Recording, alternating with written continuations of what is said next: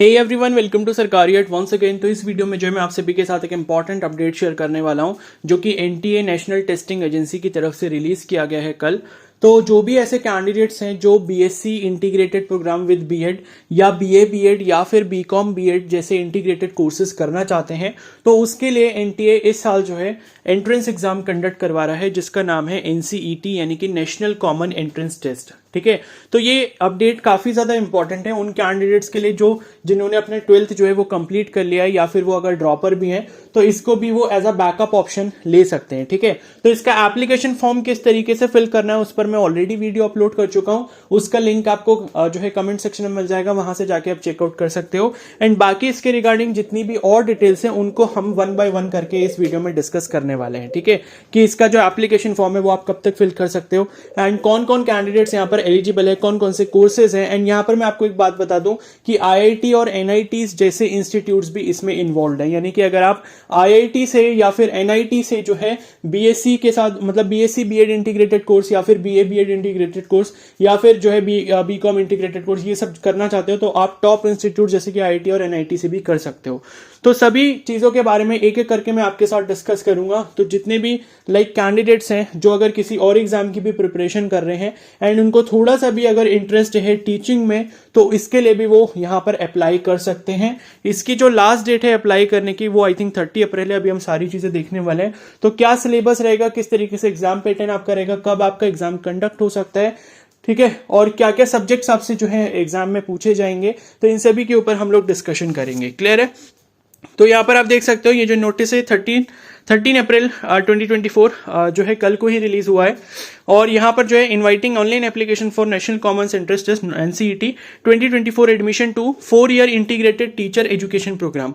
तो ये जो प्रोग्राम का नाम है वो है इंटीग्रेटेड टीचर एजुकेशन प्रोग्राम, यानी कि 12th के बाद सीधे अगर आपने जो है डायरेक्टली आपने टीचिंग फील्ड में एंटर करना है तो आप ये इंटीग्रेटेड कोर्स कर सकते हो, जिसमें क्या है कि आपके बीएससी के साथ बीएड और बीए के साथ बीएड या फिर बीकॉम के साथ BEd as per your class 12th qualification और जो आपकी इंटरेस्ट है जिस भी फील्ड में, आप साइंस फील्ड में जाना चाहते हो या आप आर्ट्स फील्ड में जाना चाहते हो तो उसके अकॉर्डिंग आप यहां पर ये इंटीग्रेटेड कोर्स कर सकते हो। ठीक है, तो अभी तक क्या होता था कि कैंडिडेट्स को पहले बीएससी अपना कंप्लीट करना होता था या बीए कंप्लीट करते थे या बीकॉम कंप्लीट करते थे, उसके बाद 2 साल का जो है बीएड कोर्स करते थे, तो टोटल 5 साल लग जाते थे। ये 4 साल का कोर्स पहले भी होता था, लेकिन अब इसको नेशनल लेवल पे एक कॉमन एंट्रेंस के थ्रू जो है इसमें एडमिशन दिया जाएगा। ठीक है, क्योंकि अब जो न्यू एजुकेशन पॉलिसी आ गई है, ठीक है, उसमें ये बात बोल दी गई है कि भाई क्या होता है कि ये जो मतलब बाकी सारे इधर उधर के जो कैंडिडेट्स हैं जो अलग अलग फील्ड से होते हैं वो भी बीएड स्ट्रीम में एंटर हो जाते हैं और बीएड करने के बाद वो भी एजुकेशन फील्ड में आ जाते हैं। तो अब एनईपी ने ये डिसाइड किया, न्यू एजुकेशन पॉलिसी जो है मतलब उसमें ये डिसाइड किया गया है कि भाई अब 12th के बाद जिसका सपना होगा टीचर बनने का वही ये कोर्स करेगा और सीधे टीचिंग फील्ड में एंटर हो जाएगा, क्योंकि ये कोर्स इस तरीके से डिजाइन किया गया है कि आपको टीचर ही बनाया जाएगा इसके बाद। ठीक है, मतलब यह है कि इस कोर्स को करने के बाद आप कंप्लीटली एलिजिबल हो जाओगे टीचिंग करने के लिए। ठीक है, अब उसके बाद जॉब लगेगी, कैसे लगेगी, वो सारी बातें बात की बात है। मतलब ये सिर्फ कोर्स ओरिएंटेड एग्जाम अभी करवाया जा रहा है। ठीक है, तो यहां पर आप देख सकते हो इसमें आईआईटीज भी आ रहे हैं, एनआईटीज भी आ रहे हैं, आपके सेंट्रल कुछ यूनिवर्सिटीज भी हैं, गवर्नमेंट कॉलेजेस भी हैं और आरआईज भी हैं। ठीक है, और इसके बाद इसकी जो डेट है वो 13 अप्रैल यानी कि कल से एप्लीकेशन फॉर्म स्टार्ट हो गया और 30 अप्रैल जो है वो उसकी लास्ट डेट रहने वाली है। और यहाँ पर जो है आप करेक्शन वगैरह अगर आपको करना होगा एप्लीकेशन फॉर्म में तो 2 मई से लेकर 4 मई के बीच में कर सकते हो। एंड यहाँ पर आपका जो एग्जाम सिटी है वो मई के लास्ट वीक में यहाँ पर अनाउंस कर दिया जाएगा और डेट ऑफ एग्जाम जो यहाँ पर दी गई है वो 12 जून 2024 है। ठीक है, तो देखो इसका एग्जाम कुछ सीयूईटी जैसा है, लेकिन डिफरेंस यहाँ पर ये है कि सीयूईटी आपका अलग अलग शिफ्ट में होता रहता है। ये वाला एग्जाम जो है आपका एक ही दिन होगा, यानी कि 12 जून 2024 को होगा और उस दिन क्या है आपका वेडनेसडे है। ठीक है, और ये इसके ऑफिशियल वेबसाइट दी है। तो अप्लाई कैसे करना है मैंने ऑलरेडी वीडियो अपलोड कर दी है, जाकर आप देख सकते हो, कमेंट सेक्शन में आपको लिंक मिल जाएगा। मीडियम ऑफ एग्जामिनेशन की बात करेंगे तो यहाँ पर आपका जो पेपर है एग्जाम जो है वो काफी सारे लैंग्वेजेस में करवाया जाएगा, जैसे कि इंग्लिश हो गया, हिंदी हो गया, आसामीज हो गया, बंगाली हो गया, गुजराती, कन्नड़ा, मलयालम, ठीक है, मराठी, उड़िया एंड पंजाबी, तमिल, तेलुगु, उर्दू। ठीक है, तो ये सारे आपके लैंग्वेजेस हैं जिसमें आपका एग्जाम कंडक्ट होगा। अब यहाँ पर स्कीम ऑफ एग्जामिनेशन की बात करें कि जो इसका पेपर है वो किस तरीके से होगा, क्या क्या टोटल सब्जेक्ट्स आएंगे, कितने टोटल सेक्शन होंगे। तो टोटल यहाँ पर आपके सेक्शन जो रहेंगे वो 7 सेक्शंस रहेंगे, मतलब 7 आपके सब्जेक्ट्स रहेंगे अलग अलग, जिससे आपसे क्वेश्चंस पूछे जाएंगे। तो पहला जो सेक्शन होगा ये आपका लैंग्वेज वाला सेक्शन होगा, ठीक है। तो ये जो लैंग्वेज सेक्शन है, जैसे कि आप सीयूईटी में आप चूज करते हो कि आपको लैंग्वेज का पेपर देना होता है, उसी तरीके से यहां पर भी आपको 2 लैंग्वेजेस सेलेक्ट करनी होंगी जिसका एग्जाम आपको देना होगा। जैसे आप हिंदी इंग्लिश कर सकते हो, हिंदी बंगाली कर सकते हो, इंग्लिश बंगाली कर सकते हो, ठीक है। बहुत सारी, मतलब टोटल 38 डिफरेंट लैंग्वेजेस दी हैं। तो इंडिया में बोले जाने वाली या लिखे जिस जिस लैंग्वेज में मतलब जो है कोर्सेज होते हैं, वो सारी लैंग्वेजेस इंडिया में जितनी भी अवेलेबल हैं वो सारी की सारी यहां पर रखी गई आपके पास ऑप्शंस में।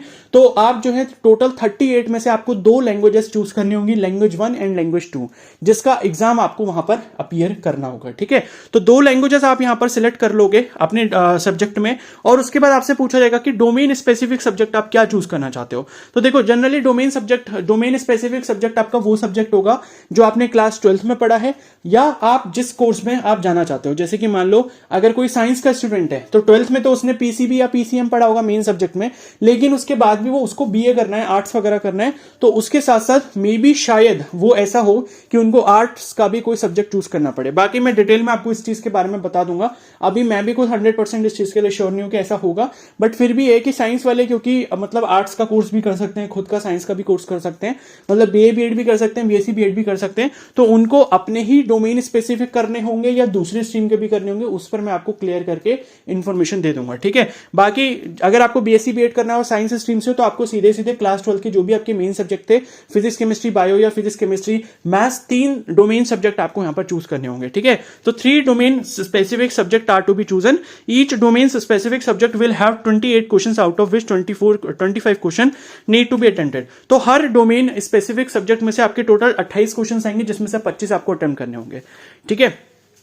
और बाकी जो आपका लैंग्वेज था, तो लैंग्वेज में आपके हर दोनों लैंग्वेज के पेपर में, मतलब इंग्लिश में भी और हिंदी में भी, टोटल 23 क्वेश्चंस होंगे, और उसमें से 20 आपको अटेम्प्ट करने होंगे, ओके। एंड इसके बाद आता है सेक्शन 3। सेक्शन 3 में आपके पास जो है ये भी आपका मैंडेटरी सेक्शन है, इसमें आपका जनरल टेस्ट होगा। जनरल टेस्ट में मतलब आपका हो सकता है जीके के क्वेश्चंस आपको मिलेंगे, ठीक है, और कुछ रीजनिंग वगैरह के क्वेश्चंस आपको मिल जाएंगे, हो सकता है कुछ छोटे मोटे मैथ्स के क्वेश्चंस मिल जाएं, तो ये आपका जनरल टेस्ट में रहेगा। बाकी जनरल टेस्ट की प्रिपरेशन कैसे करनी होगी वो भी मैं आपको अपकमिंग वीडियोस में बता दूंगा, तो चैनल पर नए हो तो जरूर सब्सक्राइब कर लेना।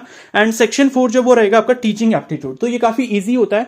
टीचिंग एप्टीट्यूड में बेसिकली इस टाइप के क्वेश्चन होंगे कि एज अ टीचर जब आप फ्यूचर में बनोगे तो आपकी क्या क्या रिस्पॉन्सिबिलिटीज, क्या क्या ड्यूटीज होनी चाहिए स्टूडेंट्स के लिए, यानी कि आपका बिहेवियर कैसा होना चाहिए, आपको क्या क्या ड्यूटीज अपनी फॉलो करनी चाहिए, तो उन सभी बेसिस पर ये क्वेश्चंस जो है आपके टीचिंग एप्टीट्यूड में पूछे जाते हैं। तो टीचिंग एप्टीट्यूड में भी 23 क्वेश्चंस होंगे, जिसमें से आपको 20 करने होंगे, एंड जनरल टेस्ट में 28 क्वेश्चंस में से 25 करने होंगे, ठीक है। तो टोटल सेक्शंस आपके 4 हैं। सब्जेक्ट आपके टोटल कितने हो गए? 7 हो गए। कैसे? सेक्शन 1 में 2 सब्जेक्ट मतलब लैंग्वेज के, ठीक है, 2 लैंग्वेजेस हो गई।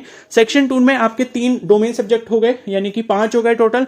सेक्शन 3 जनरल टेस्ट यानी कि 6, और सेक्शन 4 टीचिंग एप्टीट्यूड यानी कि 7।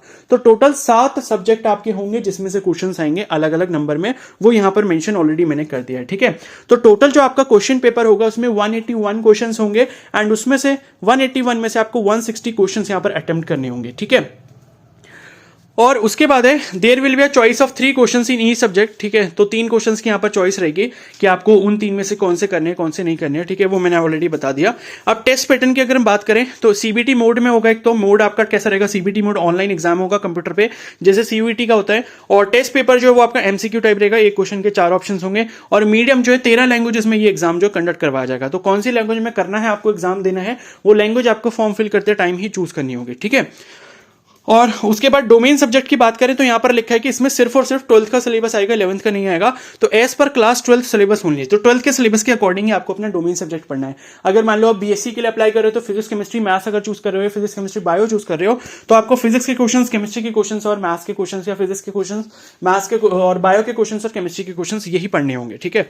उसके बाद जनरल टेस्ट का सिलेबस आप देख सकते हो, उसमें जीके आएगा, करंट अफेयर्स आएगा, मेंटल एबिलिटी आएगा, न्यूमेरिकल एबिलिटी, क्वांटिटेटिव रीजनिंग हो गया, लॉजिकल रीजनिंग हो गया, ये सारे क्वेश्चन होंगे। और टीचिंग एप्टीट्यूड के बारे में मैंने आपको थोड़ा सा हिंट दे ही दिया था, ठीक है। अब ये एक बार आप चाहो तो इसका स्क्रीनशॉट ले सकते हो, ये सारे आपको टोटल क्वेश्चंस दिए हैं, टोटल में से कितने अटेम्प्ट करने हैं उनका पूरा क्लासिफिकेशन इस टेबल में दिया हुआ है, ठीक है। तो यहां पर ये दिया है कि सेंट्रल यूनिवर्सिटीज हैं, स्टेट यूनिवर्सिटीज हैं, आईआईटीज हैं, एनआईटीज हैं, आरआईईज हैं और गवर्नमेंट कॉलेजेस हैं, ठीक है, जो कि इसी में दिया हुआ है। और मैं अभी आपके साथ डिस्कस भी करूंगा लाइक कौन कौन से कॉलेजेस हैं उसकी, या तो मैं एक काम करूंगा अलग से एक वीडियो भी बना दूंगा जिसमें आपको बता दूंगा कि किस किस यूनिवर्सिटी में आप यहाँ पर अप्लाई कर सकते हो, कौन से IITs हैं, कौन से NITs हैं, ठीक है। तो यहाँ पर देखो कंप्लीट लिस्ट दी भी हुई है। तो इसमें IIT जैसे मैं आपको बताता हूँ, जैसे यहाँ पर आप देखोगे IIT की अगर हम बात करें तो यहाँ पर जो है एक तो आपका जो है यहाँ पर IIT खड़गपुर भी मैंने देखा है, ठीक है। तो IIT खड़गपुर भी आपको यहाँ पर दिख जाएगा, ठीक है। एक सेकेंड रुको, बस इसमें आपको मैं दिखा देता हूँ कि कौन कौन से IITs और कौन कौन से NITs हैं, ठीक है।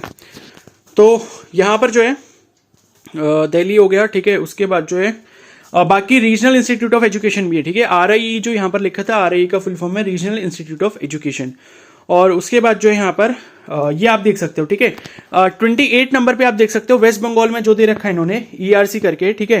28 में जो दे रखा है वेस्ट बंगाल में Indian institute of technology Kharagpur. तो IIT खड़गपुर में आप BSc B.Ed कर सकते हो, ठीक है। और इसमें टोटल जो सीट्स हैं 50 सीटें हैं टोटल इस कोर्स के लिए। और उसके बाद जो है NIT आप देख सकते हो, NIT जिरानिया, ये आपका कहाँ पर है, अगरतला में, ठीक है, त्रिपुरा में।